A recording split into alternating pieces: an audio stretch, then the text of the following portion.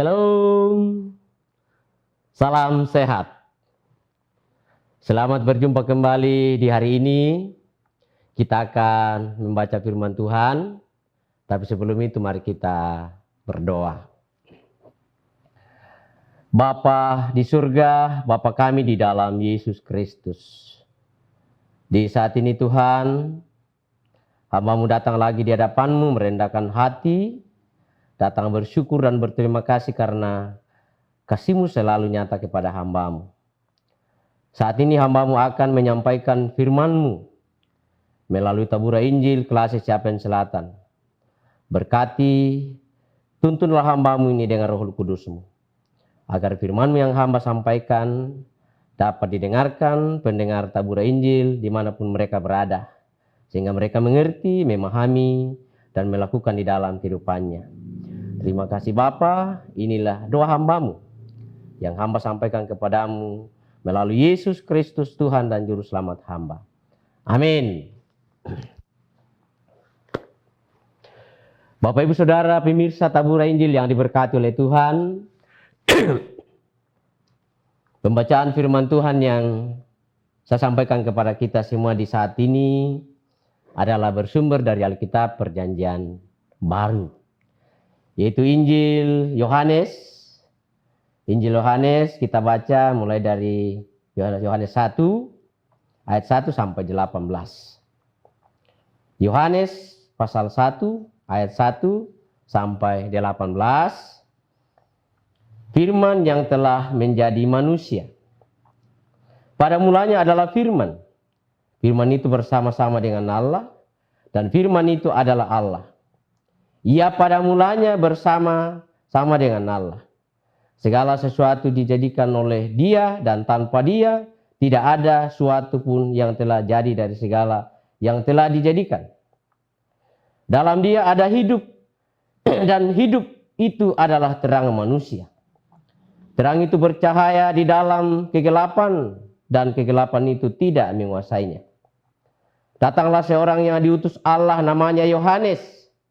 Ia datang sebagai saksi untuk memberi kesaksian tentang terang itu, supaya oleh Dia semua orang menjadi percaya.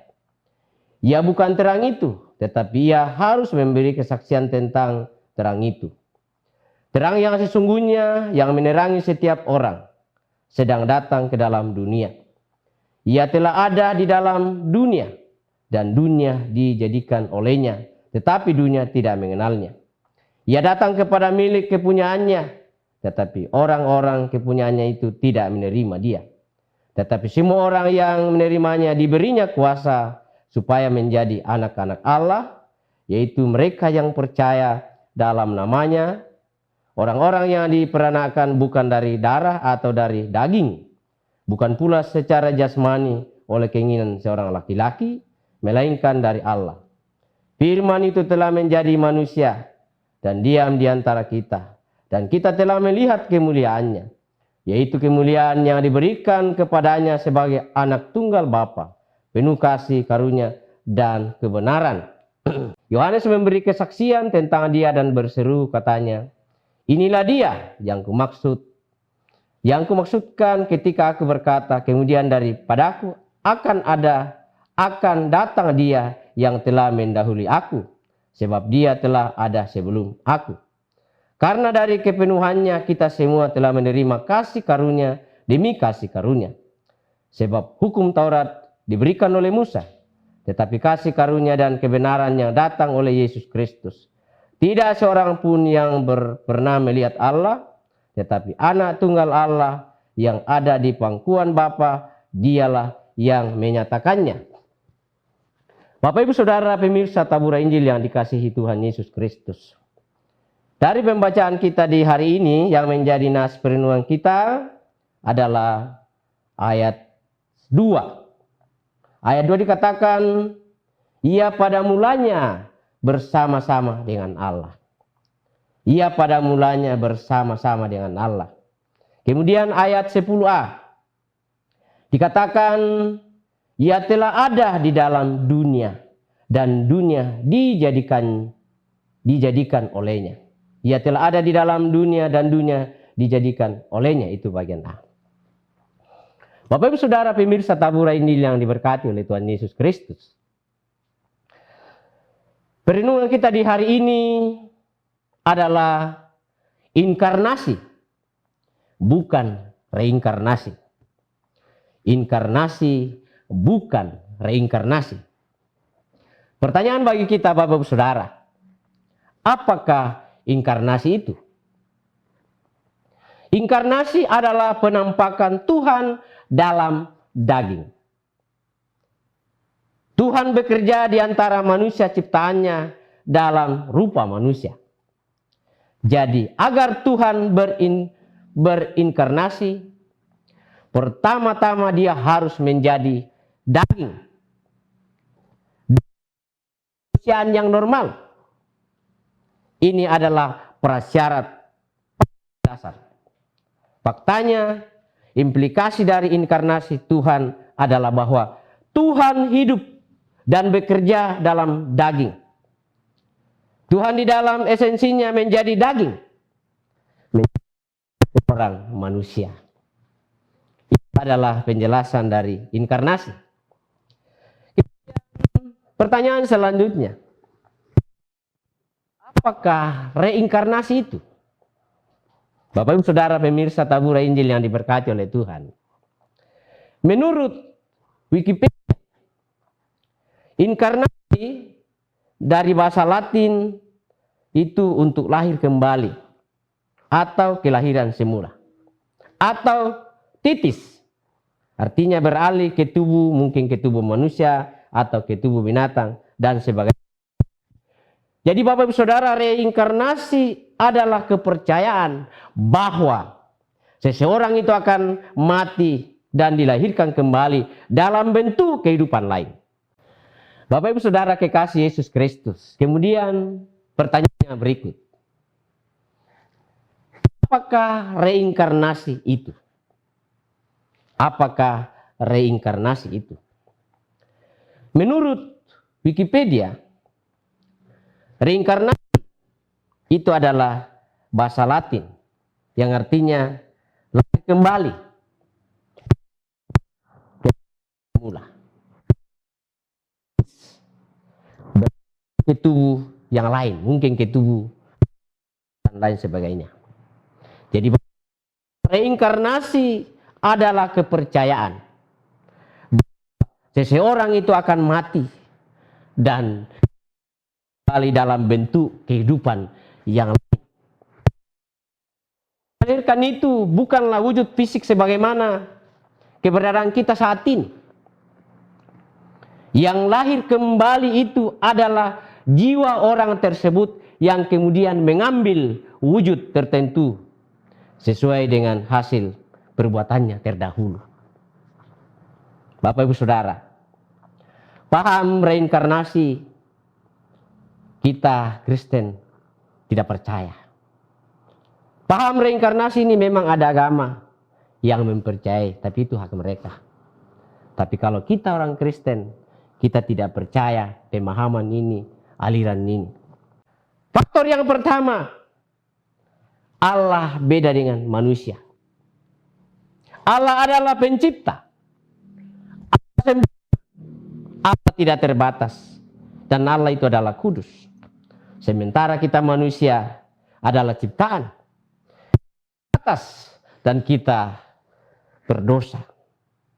Kemudian faktor yang kedua adalah dosa manusia menjadi jurang pemisah antara Allah dengan manusia. Dan dalam kedosaannya itu manusia selalu menolak Allah, memberontak.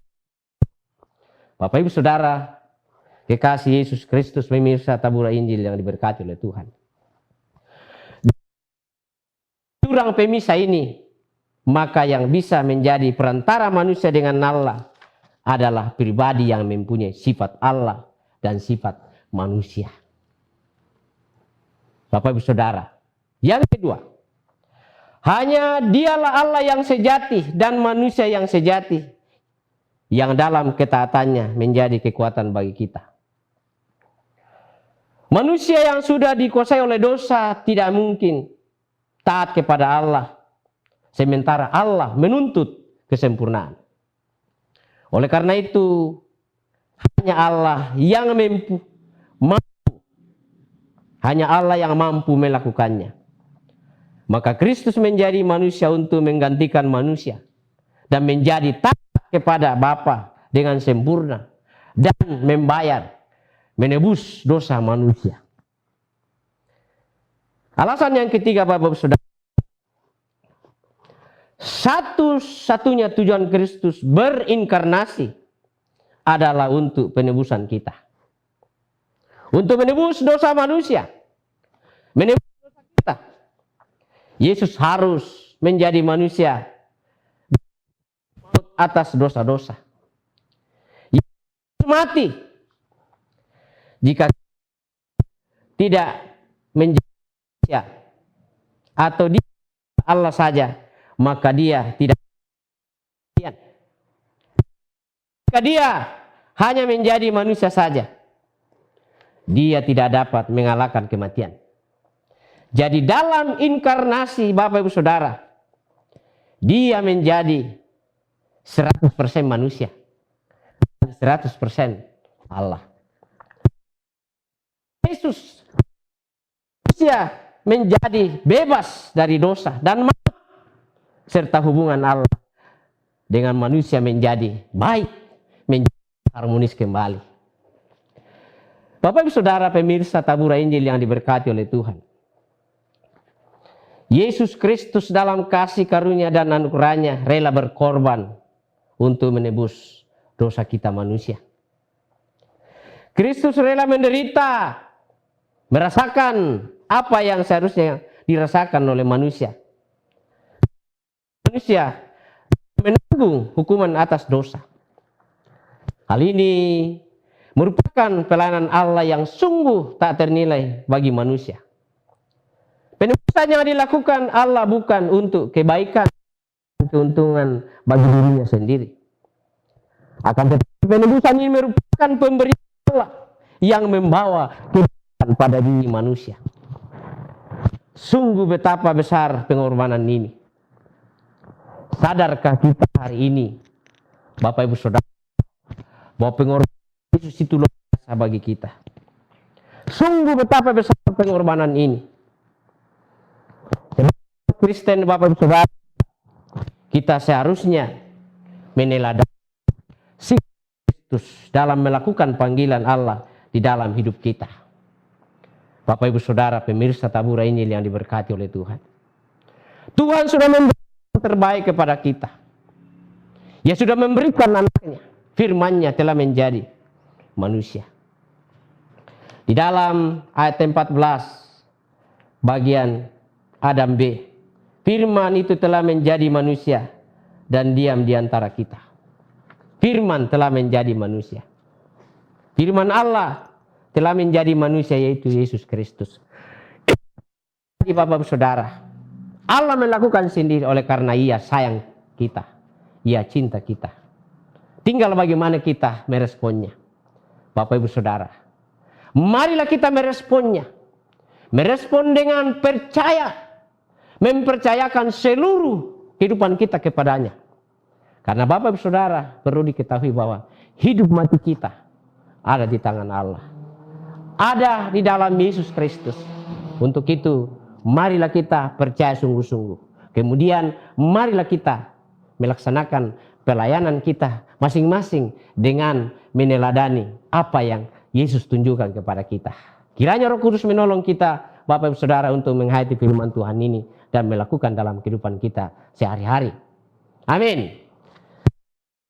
Mari kita tunduk kepala, kita berdoa. Ya Bapa pengasih penyayang, terima kasih. Hamba-Mu sudah selesai berkata-kata, menyampaikan firman-Mu melalui Tabura Injil kelas Siapen Selatan. Kiranya firman-Mu ini Tuhan memberkati sendiri, agar dapat tersampaikan, dapat didengar oleh pendengar YouTube Tabura Injil kelas Siapen Selatan. Sehingga kami umat-Mu semakin percaya, semakin menyerahkan kehidupan kami kepada Bapa di surga di dalam Yesus Kristus. Ya Bapa pengasih penyayang, terima kasih. Berkatilah kami semua. pendengar Tabura Injil dimanapun mereka berada.